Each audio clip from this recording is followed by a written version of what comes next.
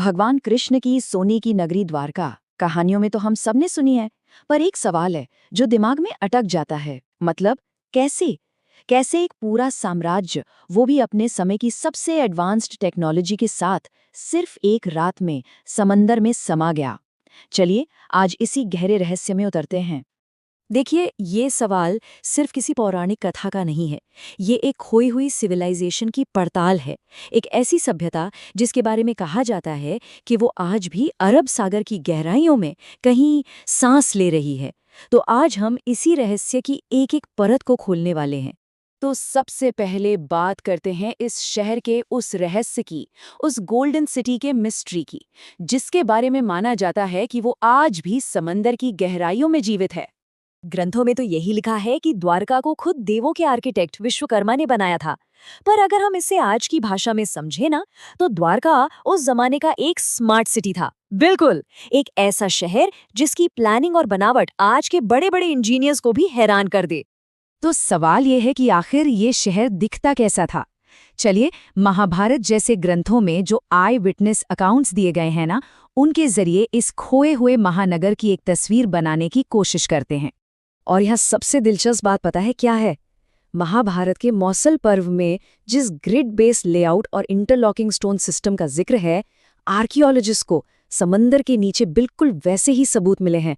सोचिए, और ये जो इंटरलॉकिंग टेक्निक है, ये वही तकनीक है जो आज हम अर्थक्वेक प्रूफ बिल्डिंग्स बनाने में इस्तेमाल करते हैं, हजारों साल पहले।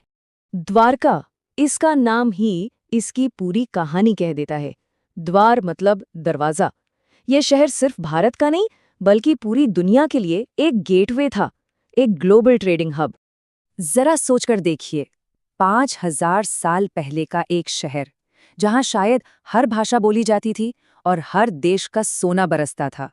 पानी के नीचे जो एंकर्स मिले हैं ना, वो इस बात का पक्का सबूत है कि यहाँ इजिप्ट, मेसोपोटामिया और शायद ग्रीस तक से जहाज आते थे। वाकई एक असली कॉस्मोपॉलिटन सेंटर था ये। कृष्ण के 36 साल के राज के बाद इस शानदार शहर का अंत हो गया। पर कैसे? इसके पीछे दो बड़ी थ्योरीज हैं, एक पौराणिक और दूसरी पूरी तरह साइंटिफिक। चलिए दोनों को देखते हैं। एक तरफ तो है गांधारी का श्राप और यादवों का आपसी झगड़ा, जो मतलब एक तरह से इंटरनल कॉन्फ्लिक्ट की तरफ इशारा करता है। और दूसरी तरफ है साइंटिफिक एविडेंस। देखिए, पुराणों में लिखा है कि शहर में अचानक से चूहे बढ़ गए और कुत्ते अजीब तरह से रोने लगे। आज साइंस हमें बताता है कि ये टेक्टोनिक एक्टिविटी के साइन हो सकते हैं, मतलब जमीन के नीचे की प्लेटें खिसक रही थीं। और फिर आई वो भयानक रात। कृष्ण ने पहले ही सबको शहर छोड़ने की चेतावनी दे दी थी। जब तक अर्जुन द्वारका पहुंचे, शहर की सारी चमक, सारी रौनक खत्म हो चुकी थी। अर्जुन जैसे तैसे बचे हुए लोगों को लेकर शहर से बाहर निकले ही थे कि समंदर ने अपना रौद्र रूप दिखाया और देखते ही देखते सब कुछ निगल लिया। जियोलॉजिस्ट का मानना है कि करीब 3500 बीसी में खंभात की खाड़ी में एक मेगा सुनामी आया था और लहरों की ऊंचाई करीब 100 फीट।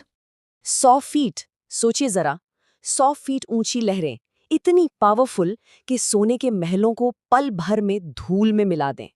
जब अर्जुन ने पीछे मुड़कर देखा होगा, तो जहां कभी सोने की मीनारें चमकती थीं, वहां सिर्फ और सिर्फ पानी था। सदियों तक पूरी दुनिया द्वारका को सिर्फ एक कहानी, एक मिथ मानती रही।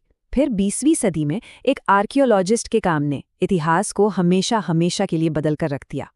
और वो आर्कियोलॉजिस्ट थे डॉक्टर S.R. राव।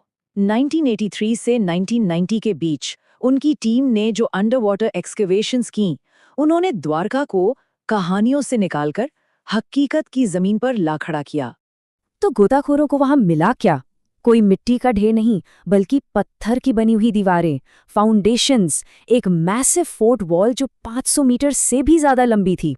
और तो और लस्ट्रस रेड वेयर पॉटरी, जो एक बेहद सोफिस्टिकेटेड कल्चर का सबूत थी।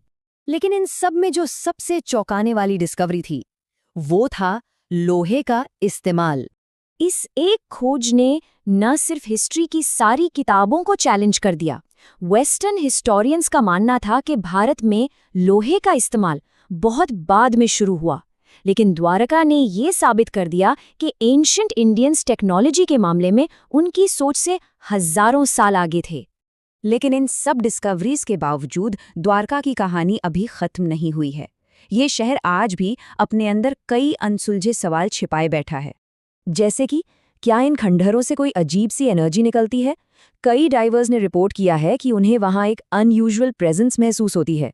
अब ये सिर्फ एक एहसास भी हो सकता है, लेकिन सवाल तो उठता है कि क्या शहर के साथ कोई एंशिएंट पावर सोर्स भी समंदर में खो गया? एक और सवाल है, क्या द्वारिका को डूबने के लिए ही डिजाइन किया गया था? मतलब कुछ थ्योरीज ये भी कहती हैं कि इसकी टेक्नोलॉजी इतनी एडवांस थी कि ये शहर पानी के नीचे भी एग्जिस्ट कर सकता था। क्या ये मुमकिन है? ये सवाल आज भी रिसर्चर्स को सोचने पर मजबूर कर देता है। और हाँ, वो लेजेंडरी खजाना, वो कहाँ है? कहानियों के मुताबिक कृष्ण की द्वारका में इतना सोना और जवाहरात थे कि अगर वो आज मिल जाएं, तो भारत शायद फिर से सोने की चिड़िया बन सकता है। आखिर वो खजाना गया कहाँ? तो देखिए, द्वारका सिर्फ एक डूबा हुआ शहर नहीं है। ये इस बात का सबूत है कि इतिहास खुद को दोहराता है और सच समंदर की गहराइयों में भी अमर रहता है, बस खोजे जाने का इंतजार करता है। देखिए, द्वारका की खोज अभी खत्म नहीं हुई है। हर साल नए सबूत मिल रहे हैं और ये सब हमें एक बहुत जरूरी सवाल के साथ छोड़ जाते हैं। सोचिए, अगर कृष्ण की द्वारका आज मिल जाए, तो क्या हम उसकी महानता को संभाल पाएंगे, या फिर हम भी वही गलतियां दोहराएंगे जो यादवों ने की थी?